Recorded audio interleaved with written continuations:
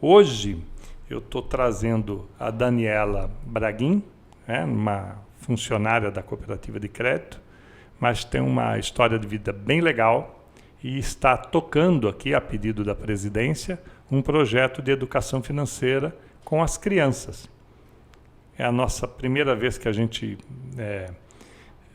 experimenta esse tipo de ação de educação financeira assim, mais de médio prazo, né? Então ela está cuidando e ela vai conversar com a gente sobre isso, né? Então já vou dialogar aqui com a Daniela. Daniela, já veio gravar aqui uma vez, não veio? No podcast ou a primeira vez? Primeira vez. Primeira vez? Está muito nervosa ou não? Tô. Normal. Ainda tô. Normal. E você está com a gente há quantos meses já, Daniela? Eu tô há 5 meses. 5 meses. Fiz esse mês 5 meses de Crediacisc. E aí, tá gostando de trabalhar aqui? Tô. Se tiver uma coisa melhor, você pede a conta e vai embora? Como é que é? Não, eu tô muito feliz. É muito diferente de tudo o que eu fiz. Mas tô aprendendo bastante. Eu fui muito bem acolhida. Eu acho que foi o que mais me cativou. Eu me sinto literalmente em casa. O grupo é legal, né? O grupo é muito legal, todo mundo colabora com todo mundo. O que é novidade para você, tem sempre alguém para te ajudar. Que bacana. E eu sei que a Daniela tem um negócio legal que antes de ingressar na cooperativa, ela se meteu a estudar um pouco sobre o mercado financeiro. Como é que foi essa sua preparação para mudar de carreira? O que você fazia antes, Daniela? Eu era professora de educação infantil. Antes de ser professora, de nova, assim, trabalhei em comércio, trabalhei em muita coisa. Tá. Aí eu me formei na área de pedagogia, trabalhei 2 anos na área e depois com a pandemia eu fiquei desempregada. E aí foi quando eu comecei a estudar. Eu achei que para trabalhar em banco ou cooperativa eu tinha que passar em concurso, mas eu descobri que pela certificação financeira dava, né? Aí a primeira vez eu tentei estudar por conta própria, não deu certo. Aí comprei um curso, estudei e passei. Tirei 72% na prova. E aí a cooperativa me deu oportunidade. Que legal, você tem uma credencial importante já de entrada. É a CPA 10 ou 20? Que a você 10. CPA 10, né? Uhum. Pessoal, CPA é uma certificação que nós procuramos incentivar que os nossos funcionários tenham, porque você só pode comercializar ou falar sobre investimentos financeiros para outra pessoa se você tiver certificado para isso. Ou seja, quem fala sobre investimentos não pode ser uma pessoa desqualificada, né? Você sabe que em tempos de redes sociais todo mundo gosta de falar de investimento. Às vezes tem pessoas que não têm uma certificação comprovada, abrem um canal no YouTube e começam a dar dicas de investimento, né? Sem a responsabilidade que isso envolve, sem ter noção da responsabilidade disso. Então, estar certificado, parabéns, é um passo importante para ter noção do que a gente mexe, né? Que tipo de conselho que a gente dá. Sim. Muito bacana. Bem, 5 meses conosco e aí nós vimos a experiência da Daniela em lidar com crianças e coincidentemente houve uma época já mais amadureceu uma ideia aqui dentro da casa que era fazer um apoio para um projeto social em específico. Então isso tinha sido resolvido já há quase 1 ano, estava na lista nossa de pendências, estava faltando a pessoa certa para tocar o projeto. E aí nós apresentamos você para um projeto que é chamado Projeto Coração, que já existe em São Carlos. E eu queria que você falasse para mim quais foram as primeiras impressões de ter conhecido o Projeto Coração. Logo que eu entrei, me deu uma balada assim, porque eu lembrei, né? Eu trabalhei numa ONG, Sal da Terra, que fica um pouco para cima. E eu gosto muito de lidar com esse tipo de público, com essas crianças, porque é sempre uma troca. Eu acho que eu vou ensinar alguma coisa, mas eu aprendo muito mais do que eu ensino. A trabalhar minha humildade, meu respeito, os meus limites, a ver que os meus problemas nem são tão problemas assim. E todas as vezes que eu fui, eu voltei muito... Eu ia, não sabia o que ia me esperar, mas eu voltei sempre muito grata e emocionada. Foi, assim, uma experiência e tanto. Eu não esperava tanto quando eu fui. Eu achei que eu ia dar uma aulinha, uma palestra, ia conviver ali, fazer o checklist, mas foi muito gratificante para mim. E eu sei, claro, que eu estou fazendo pergunta aqui retórica, né? Porque eu sei como é que a coisa está andando. E aí você arrastou algumas outras colegas de trabalho também para conhecer o projeto, né? No primeiro momento eu levei a Juliana, e a Juliana é divertidíssima, né? Eles adoram a Juliana. Na segunda vez que eu levei o Eduardo, eles perguntavam, cadê a moça de cabelo longo? E gostaram muito do Dudu também. Duas crianças sentaram perto dele, acho que pelo estilo dele, assim, pelo jeito dele. Na terceira vez foi a Sabrina.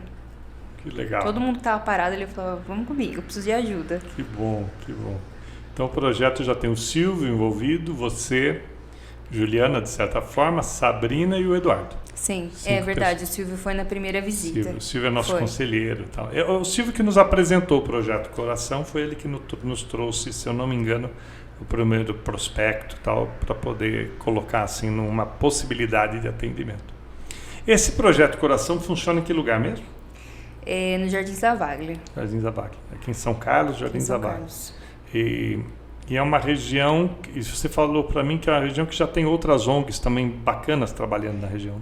Tem a Sal da Terra, que fica a 2 quadras para cima. Ok. Que atende, acredito que um número maior de crianças. Tá.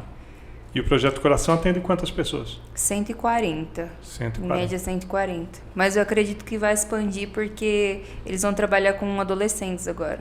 Tá, por enquanto está trabalhando com a idade que até uns 12 anos? Acho que 8 a 12, 13 anos. Tá. E é turno e contraturno ou é uma turma só de 140 pessoas? Então, tem 37 de manhã e 40 e poucas à tarde. Tá. Eles estão fazendo contraturno de escola.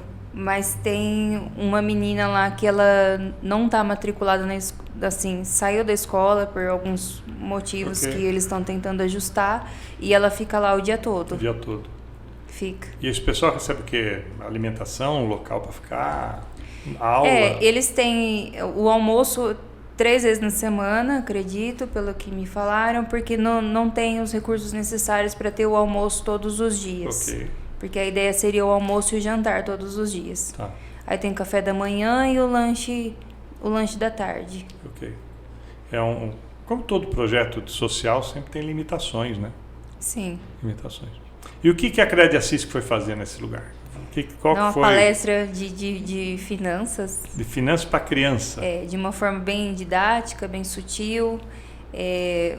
Os livros a gente leu as edições e pegou as que deu para adaptar a realidade deles, né? Porque não adianta eu ir lá e falar sobre uma viagem da Disney que é totalmente desconhecido do mundo deles. Sim. Então, uma das histórias que a gente abordou foi o dos três irmãos, que a mãe ensinou a diferença entre querer e precisar, né? Que eles ganharam um dinheirinho ali da avó e ela falou para eles: o que vocês querem? E um pediu um jogo eletrônico, o outro um tênis que brilha, e a Marina pediu algum aparelho eletrônico também. E passou uma semana que aqueles objetos foram deixados de lado. E aí ela gritou: mãe, a minha meia calça do balé rasgou. E o irmão falou: minha rodinha do skate. E o outro irmão falou: meu estojo sumiu. Aí a mãe sentou com eles e falou: agora eu vou explicar a diferença para vocês, o que é querer e o que é precisar. As coisas que vocês me pediram com o dinheiro da vovó, vocês queriam, mas não é que vocês precisavam. E foi uma das atividades que eu trabalhei com eles e que as respostas foram incríveis, assim, foi muito emocionante. Eu chorei lendo os livros assim na frente deles, meio disfarçado, né? E porque uma das respostas deles foi, ele queria um boneco, mas ele precisava que a mãe saísse que ela estava em coma, algo assim. Olha. Algumas foi mais assim, eu dei meu exemplo. Eu quero um cavalo, mas eu preciso comprar uma casa. Porque eu tive que exemplificar, porque eles estavam muito confusos ainda. Sim. E tinha algumas coisas mais, eu quero uma blusa de frio, que eu nunca tive. Mas eu preciso ajudar minha mãe a comprar um remédio.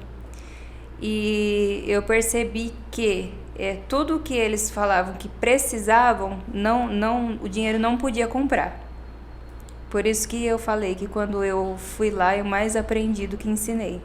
Legal. Quando você fala em livros, nós estamos falando de uma experiência nova nossa, né, de ter um material didático de educação financeira preparado pelo Instituto Sicoob. O Instituto Sicoob é um instituto nacional, nós da Sicoob Cred Assis que temos uma parceria e foram adquiridos, né, esses livros para poder fazer a distribuição. E aí você também nos ajudou a dizer, olha, não basta só distribuir, né? Porque você acabou de dar um exemplo. Se não adaptar a linguagem à realidade daquela comunidade, vai ser só um papel, só um impresso a mais na vida daquelas pessoas. Fala para mim um pouco sobre isso. Qual a dificuldade ou quais as características da gente adequar a linguagem ao público, especialmente falando de crianças, né? Acho que poucos têm experiência com crianças, a não ser que, no máximo, às vezes com o filho, com o sobrinho, não conhece a realidade outras, né?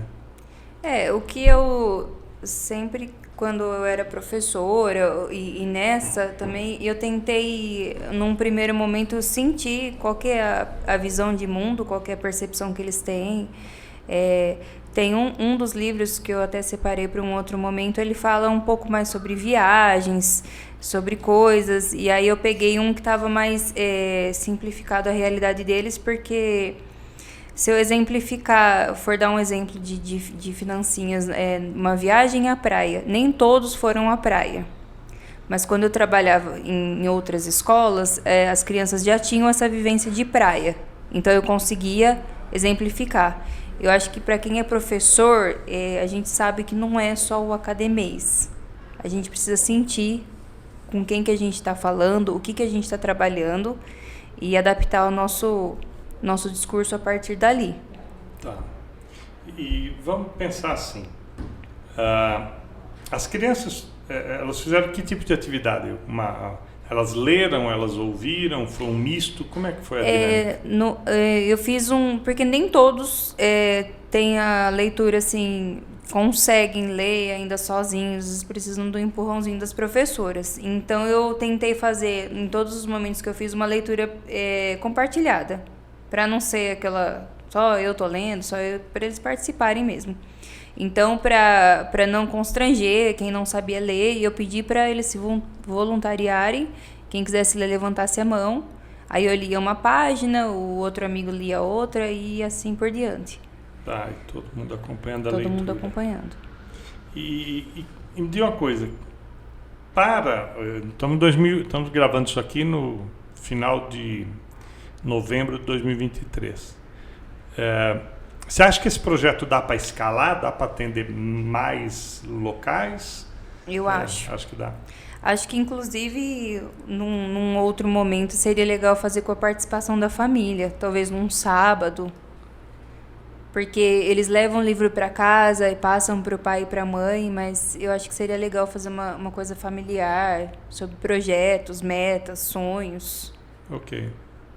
E você acha, então, que a partir da criança a gente pode chegar com as ideias básicas de educação financeira, porque a criança leva esse livro, deixa eu entender, ela deixa esse livro na escola, no projeto, ou ela leva para casa? Lá no projeto a gente pôs o nome deles, mas eu acredito que elas deixaram eles levarem para casa depois. Então essa mensagem pode, sei lá, entrar na casa das pessoas... Com e certeza. levar uma mensagem importante, né? Com certeza. Eu acho que nada mais encantador do que seu filho passando o que aprendeu. E a gente aprende com o filho, né? Com certeza. Aprende com o filho. Legal.